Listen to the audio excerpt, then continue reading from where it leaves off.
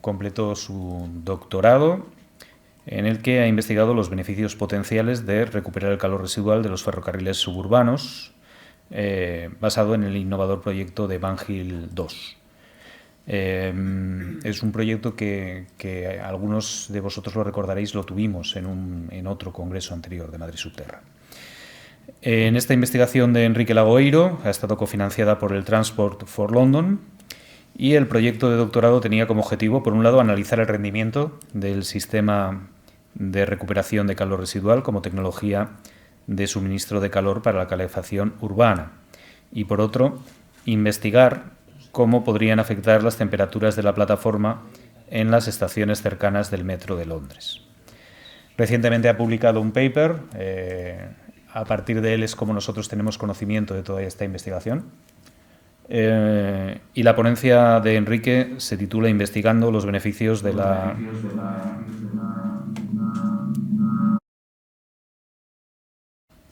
Los beneficios de la recuperación del calor residual del metro de Londres para calefacción y refrigeración. Ahora sí, ya me callo y doy la palabra a Enrique Lagoeiro. Gracias, buenas tardes a todos. Es un placer inmenso estar aquí hablando sobre mi trabajo con ustedes. Lo siento, pero tengo el español un poco oxidado, así que voy a hablar en inglés y comparto la pantalla con vosotros. Espero que pueda. Uy, parece ser que no me permiten compartir pantalla. Por favor, apoyo técnico.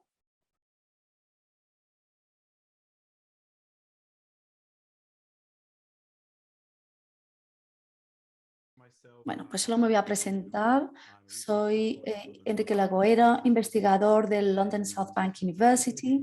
Es todo un placer estar aquí, como ya os he dicho. Muchísimas gracias a los organizadores por haberme invitado. Voy a hablar un poquito de mi proyecto de doctorado que hice en colaboración con Transport for London, con TfL, y voy a hablar de la posibilidad de integrar calefacción y refrigeración. Voy a empezar con empezando con la agenda. una introducción. Voy a hablar un poco del desafío de la descarbonización en el Reino Unido y cómo se ve crucial la descarbonización de la calefacción para ello. Luego voy a hablar del calor residual y cómo eso ha llevado al proyecto Van Hill 2 o proyecto del sistema de recuperación de calor residual. Voy a hablar un poquito de las investigaciones y resultados de la modelización que hemos realizado. Espero que os parezca interesante. Y luego voy a acabar concluyendo con algunos de los nuevos estudios y otros proyectos en esta área que espero les parezcan interesantes. Para entender lo que es el contexto, pues estos son algunos de los desafíos que tenemos que lograr para poder alcanzar nuestros objetivos para el año 2050.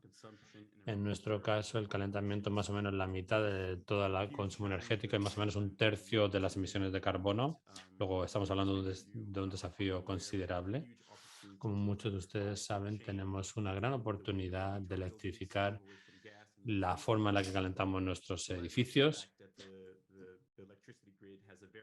Y sobre todo teniendo en cuenta que lo que es la intensidad de carbono en la red ha disminuido de manera considerable. Luego es un momento fantástico para poder exportar o para poder volcar en la red calor o energía generada con fuentes renovables y de recuperación, con la idea de descarbonizar las ciudades. Y bueno, el gobierno británico es consciente de este desafío y ha implantado una serie de políticas que yo creo que son interesantes.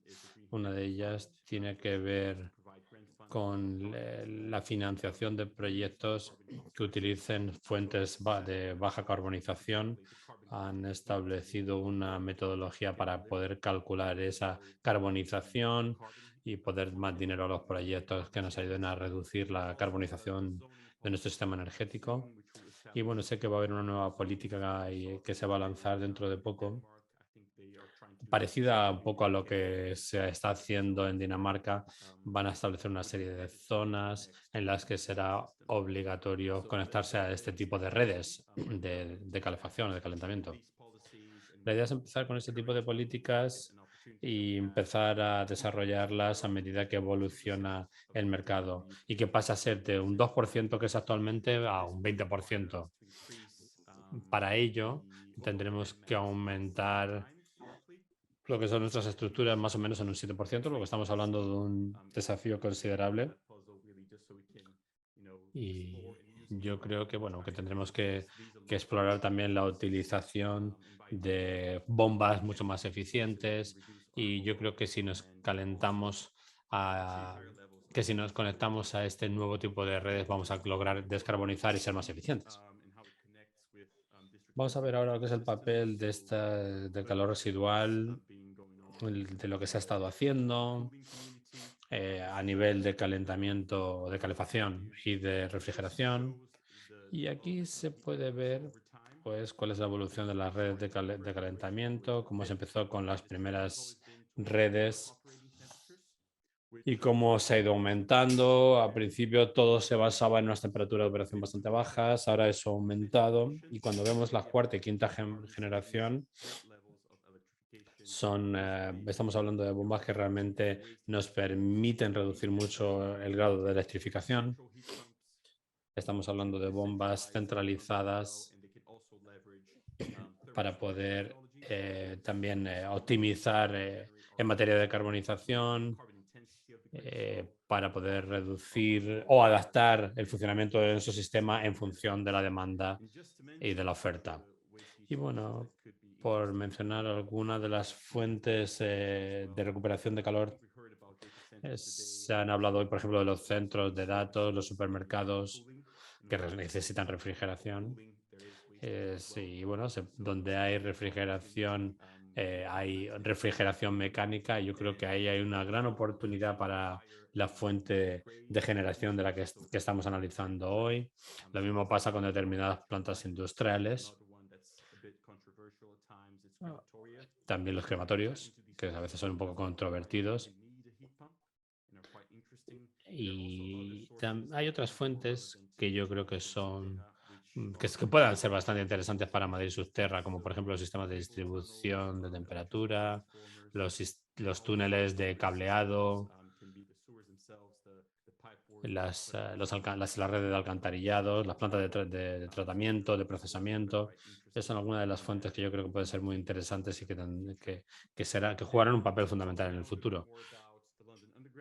Si hablamos ahora del metro de Londres, pues, ofrece muchas oportunidades muy interesantes. En este gráfico se ve por qué. Aquí puede ser interesante. Aquí se comparan temperaturas desde el año 2015 del eje de ventilación y luego una comparación que existe con las temperaturas ambientales. Luego aquí tenemos una gran oportunidad. Los trabajos anteriores habían estimado que más o menos que se vierten 500 gigavatios de calor residual anualmente en nuestra red de metro. Como se ha mencionado anteriormente, cuando los trenes entran en las estaciones y frenan, se genera una gran cantidad de calor que podemos recuperar para otras cosas. Hay una serie de desafíos asociados a esa recuperación de calor, sobre todo por el hecho de que muchos de nuestros sistemas son muy antiguos. Entonces, ahí habría que ver de qué forma se optimizan, porque desgraciadamente muchas de las vías están sobre sistemas que utilizan un cemento bastante antiguo que al final se disipa por la estructura del túnel y se pierde. Luego, vamos a ver ahora cómo ha evolucionado la construcción de túneles en el tiempo, porque hoy se ha mencionado, por ejemplo, creo que para el Metro de Madrid se están desarrollando nuevas estrategias de desarrollo para la tunelación. En los años 1800 y 1900 se utilizó una serie de técnicas que difieren de las que se utilizan ahora. Aquí podemos ver las que se utilizaba en su día, que era la excavación para la creación del túnel. Este método se utilizaba para la zona metropolitana de Londres, la Circle Line, la District Line. Redes que no tienen el mismo problema que las redes que tenemos ahora de metro, que son mucho más profundas, ¿no? Las más modernas. Y en la derecha podemos ver una imagen que nos muestra cómo se construyen los túneles profundos mediante una técnica neumática de tunelación, que se utiliza una máquina que básicamente va cortando el terreno y con un forjado se va creando la estructura de lo que será el túnel que albergará la nueva línea de metro. Estamos hablando de todos los túneles que se han creado para las nuevas líneas de metro, las creadas a finales de los 90 y a principios del 2000. Esto aquí lo que nos muestra es cómo funcionaba el metro en su día, como ha dicho el profesor Pott. Las temperaturas, básicamente, una vez se llega a una temperatura a una profundidad superior a los 5 metros, estamos hablando de temperaturas que tienden a estabilizarse. Y, por ejemplo, la red de metro es una red de metro que a medida que te metes a mayor profundidad, la temperatura es cada vez más estable. Y ahora mismo hay un escenario en el que algunas de estas líneas que se construyeron hace mucho tiempo llegan a calentarse de forma considerable. Aquí tenemos la Central Line, que es una de las líneas más antiguas, la que se mencionó a finales de los años 80, con unas temperaturas de más de 30 grados en verano, que es un calor considerable, que es un problema. Y a la vez, bueno, pues eso nos plantea oportunidades de recuperación de calor, pero también desafíos a nivel de refrigeración. Nosotros hemos hecho mucho calor en este sentido. Hemos trabajado con el metro de Londres durante 20 años, ya desde el cambio de siglo. En un principio con la idea de ofrecer soluciones de refrigeración sostenibles. Como parte de esas soluciones se instalaron las unidades que podemos ver aquí, que son unidades que se utilizan en las estaciones. Esas unidades pueden utilizar distintos tipos de tecnología. En nuestro caso, utilizamos agua residual para refrigerar las unidades. Y estamos hablando de un volumen de 30 millones de litros al día. O sea que estamos hablando de un volumen considerable. Y utilizamos, bueno, aguas residuales, como digo, y también con la oportunidad de poder utilizar agua limpia en función del caudal de agua residual que pudiéramos bombear a las unidades, dependiendo de la cantidad que hubiera disponible. Aquí tenemos la foto, como digo, de una de estas unidades y aquí veremos un diagrama de cómo funciona el sistema. Por aquí tenemos el calor, aquí entra el agua fría, eso se mete por un intercambiador de calor que está en la plataforma y esto nos ayuda a desarrollar las unidades que se instalan a día de hoy. Esto es para la estación de Oxford Circus. Estas son las unidades que se instalan a día de hoy. Como podemos ver, son mucho más, visualmente son más interesantes. Y bueno, ese es el trabajo que nosotros hacemos. La integración de esas unidades en los andenes. Hemos trabajado también con TfL en algunos macroproyectos de refrigeración y calefacción con la utilización de ejes de ventilación y otros tipos de intercambiadores con la idea de dejar de termoactivar la estructura y en su lugar, sobre todo para esos sistemas más antiguos, utilizar ejes de ventilación, tanto para el enfriamiento como para la calefacción. Y esto nos llevó al proyecto Bunhill 2, que fue el primer esquema que utilizamos para recuperar calor residual del metro de Londres, sobre todo en las líneas centrales. El Bunhill System está entre estas dos extracciones que están marcadas en rojo. Este era el aspecto que tenía en su día, que era un edificio que no se estaba utilizando.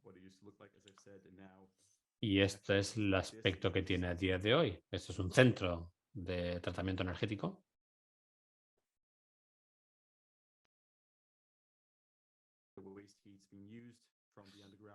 Aquí podemos ver cómo ha ido evolucionando este proyecto desde que era una idea, un embrión, hasta llegar a ser un proyecto maduro.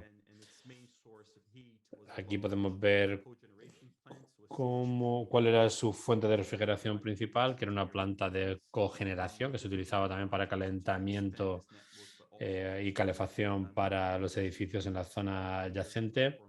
Eso se cambió para poder utilizar una fuente térmica más sostenible. Y bueno, como digo, es un sistema de eje vertical de ventilación. Aquí podemos ver el diagrama que se ve cómo funciona. Tenemos una serie de bobinas que están instaladas dentro de la estructura. Aquí tenemos un ventilador reversible que permite al sistema ofrecer tanto calor de recuperación como refrigeración. Aquí tenemos el centro de gestión energética, así como un almacenamiento energético que nos da una cierta flexibilidad en la operación del centro. Y luego tenemos una serie de motores de CHP.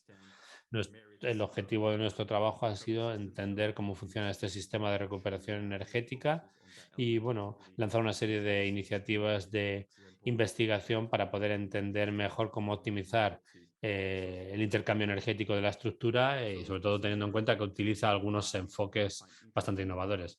Aquí tenemos una serie de fotos de lo que es el centro energético. Esta es la fase de construcción, en la que todavía no teníamos el revestimiento. Aquí se ve el eje vertical de ventilación. En estos contenedores tenemos las unidades de CHP, de Cooling and Heating. Y aquí hay una serie de equipos auxiliares que no se pueden ver por las vallas. Aquí tenemos las bobinas. Son bobinas bastante grandes con una superficie de 29 metros cuadrados más o menos. Estamos hablando de un intercambiador, de unas bobinas considerables. Y aquí vemos el ventilador. Luego también está la bomba de calentamiento neumónica, que pues plantea una serie de desafíos considerando que está cerca de edificios altos poblados. Y bueno, eso hubo que aislarlo adecuadamente mediante distintos sistemas de filtración para asegurarnos que en caso de fuga del amoníaco, pues no hubiera ningún tipo de problema. Y bueno, por ir detallando un poquito más de lo que es nuestro papel en el proyecto como investigadores, aquí podemos ver el sistema que funciona de dos formas: para extraer calor y para suministrar calor. Cuando extrae, saca el calor de los túneles y usa ese calor como sistema de generación energética, y lo que se hace es cambiar la dirección en la que rota el ventilador para poder recuperar el calor. Y cuando el aire recuperado se ha refrigerado, entonces ese aire se suministra o se inyecta a los túneles para poder refrigerar los andenes. Nosotros lo que queríamos hacer es entender las ventajas y beneficios asociados al suministro y a la demanda y poder compararlo con otras tecnologías más tradicionales que se utilizan para la calefacción en el Reino Unido, a fin de poder comprender de cuál sería el impacto de la refrigeración ofrecida por nuestro sistema en el entorno, no solo de las estaciones, sino también del entorno adyacente. Esto fue parte de mi doctorado. Lo que hicimos fue desarrollar una serie de herramientas de cálculo para poder determinar la eficiencia del sistema de recuperación energética en base a la temperatura y la humedad, tanto para el aire interno como externo, tanto para el aire del túnel como el aire exterior. Uno de los elementos principales al considerar la refrigeración es la condensación, sobre todo cuando estamos utilizando aire húmedo que tiene un alto porcentaje de humedad, de condensación. Eso puede ser un problema. Entonces, lo que el modelo nos permitía hacer es comprender y estimar y predecir,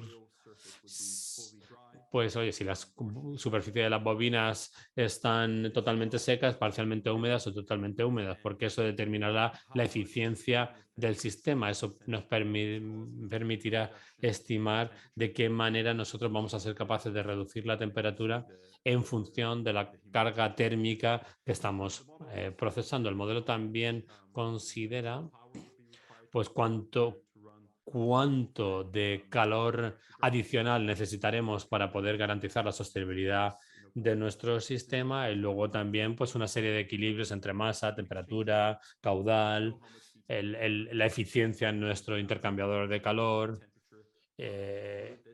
la temperatura del fluido que se utiliza para poder favorecer el intercambio térmico, cómo nos afecta la época del año por las temperaturas internas y externas,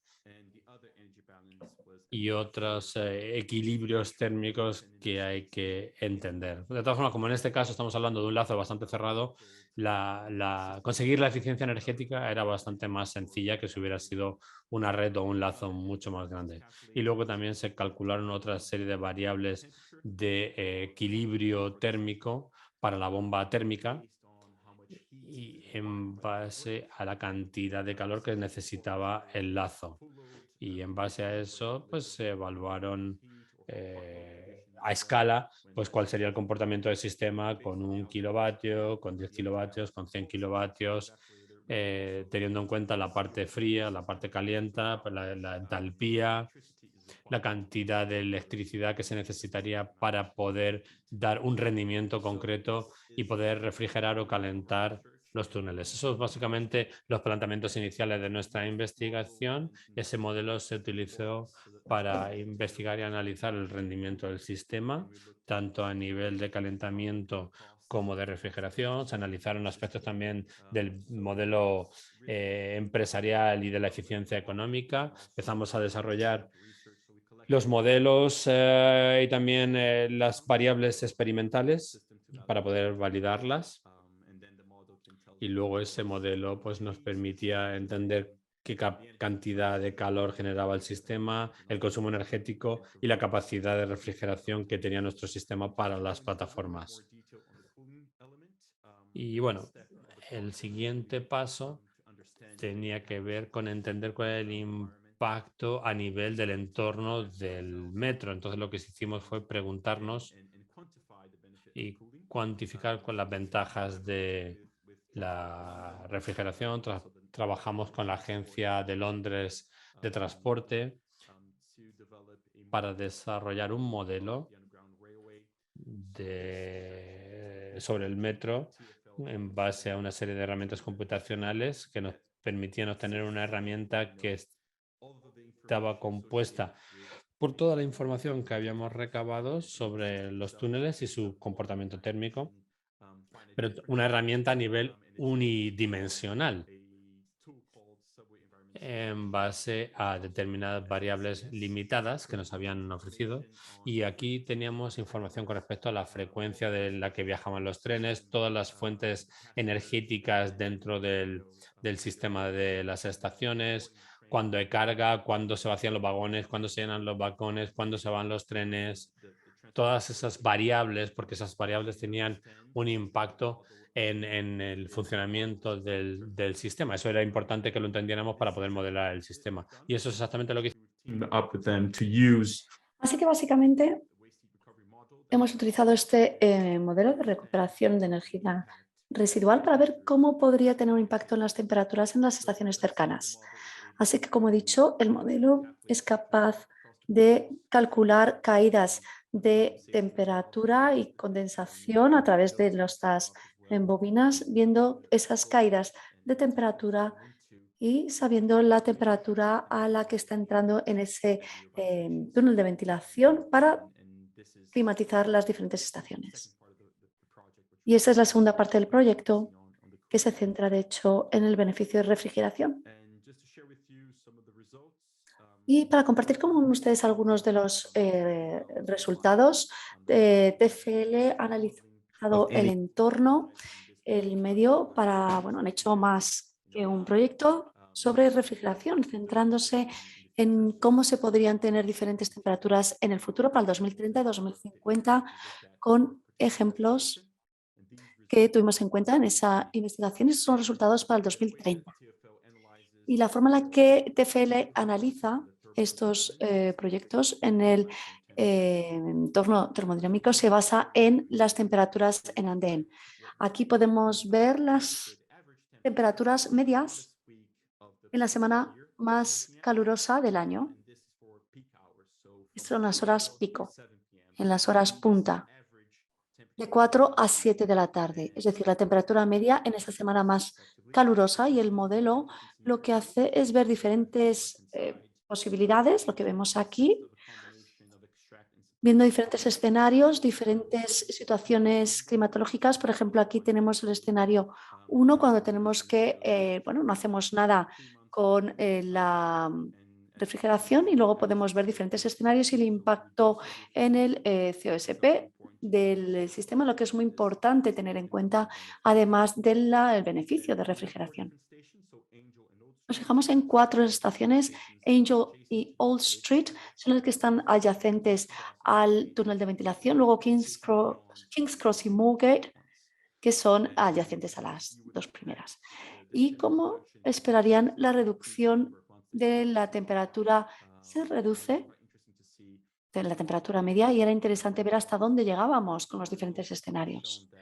Y se puede ver que el delta de temperatura para Old Street y Angel puede ser de hasta 2,7 en hora punta, es decir, una reducción total muy importante en la temperatura. Y podemos ver el potencial que tiene ese sistema, y obviamente si estuviese durante todo el año funcionando, a lo mejor no es interesante desde la perspectiva para el operador de la red de calefacción, obviamente, que quiere que sea lo más eficiente posible. Pero bueno, también mostraros lo que esto significa, es decir, ejecutando este sistema, esto proporcionaría casi 6 gigavatios hora de refrigeración al año, con unas temperaturas las adyacentes que tendrían un delta de 6,8 y un consumo energético un 21%. Así que simplemente para demostrar que para proyectos como estos con diferentes socios es muy importante tener algo acordado desde el principio para poder entender, para poder estar de acuerdo en cómo queremos que funcione el sistema para maximizar los beneficios. Y la siguiente parte de investigación, y que quería compartir con ustedes, tiene que ver con entender cómo el sistema de recuperación de calor residual se compara con otras posibles tecnologías,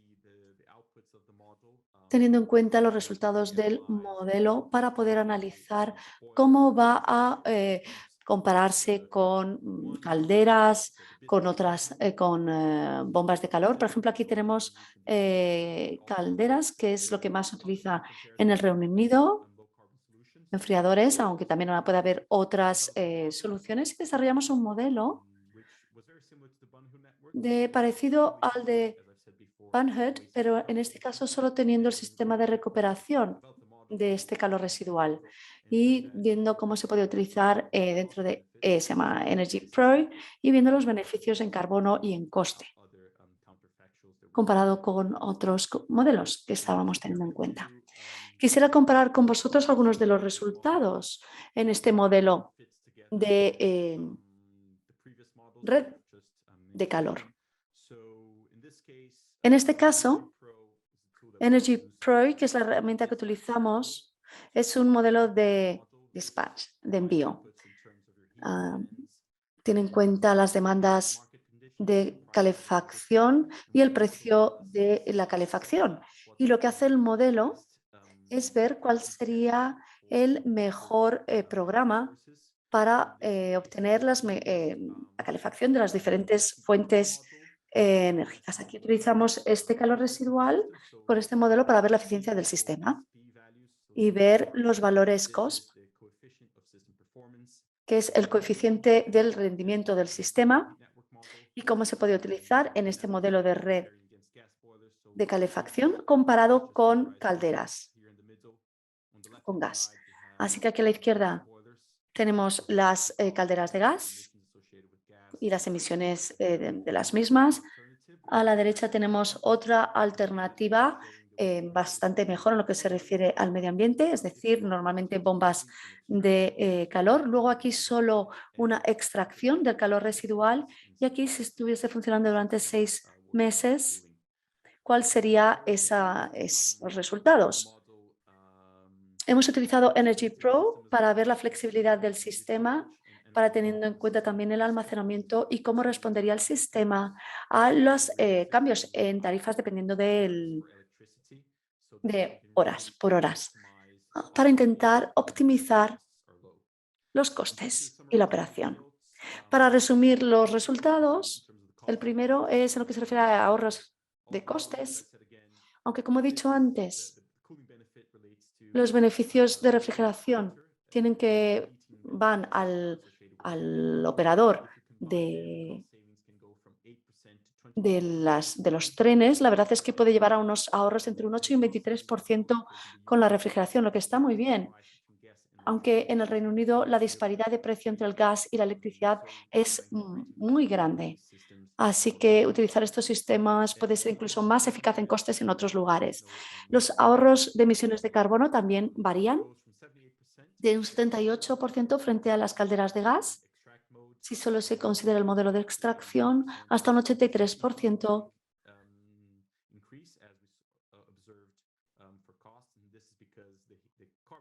La verdad es que los ahorros de carbono también están relacionados con cómo proporcionamos la calefacción. Eso ya tiene casi el uso de las energías de calor residuales suficiente para llegar casi hasta el 70%.